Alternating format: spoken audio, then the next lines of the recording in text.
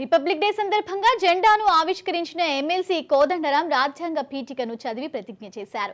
ఈ నేపథ్యంలో రాజ్యాంగ విలువలను ప్రస్తావించారు. బ్రిటిష్ పాలకులను ఎదిరించి ఏ విలువల కోసం పోరాటం చేశామో అవి రాజ్యాంగంలో పొందుపరచాలని తెలిపారు.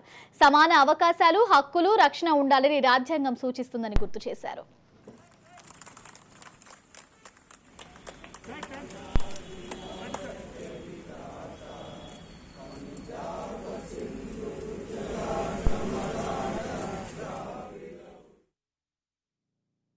చాలా మంది ఈ రాజ్యాంగాన్ని గౌరవించకపోవచ్చు, ఈ రాజ్యాంగం అవసరం లేదనొచ్చు, సంపూర్ణంగా మార్చాలనవచ్చును గాక. కేసీఆర్ లాంటి వాడే ఈ రాజ్యాంగం ఇప్పుడు పనికిరాదన్న అన్ను ప్రకటించారు. మన దగ్గర కూడా చైనాలో ఉన్నట్టు నిరంకుశ పాలన కావాలని కోరుకున్నారు. సింగపూర్లో ఉన్న విధంగా మనకు కూడా ఒక నిరంకుశ పాలన కావాలని కోరుకున్నారు.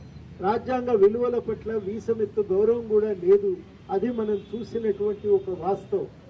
ఈ వాస్తవ పరిస్థితుల నుంచి ఇవాళ నిజంగా రిపబ్లిక్ డే జరుపుకోవటం అంటే, 75వ రిపబ్లిక్ డే జరుపుకోవటం అంటే ఆ రాజ్యాంగ పరిరక్షణకు మనం బద్దులై ఉంటామని ప్రకటించటం తప్ప ఇది వేరొకటి కాదు.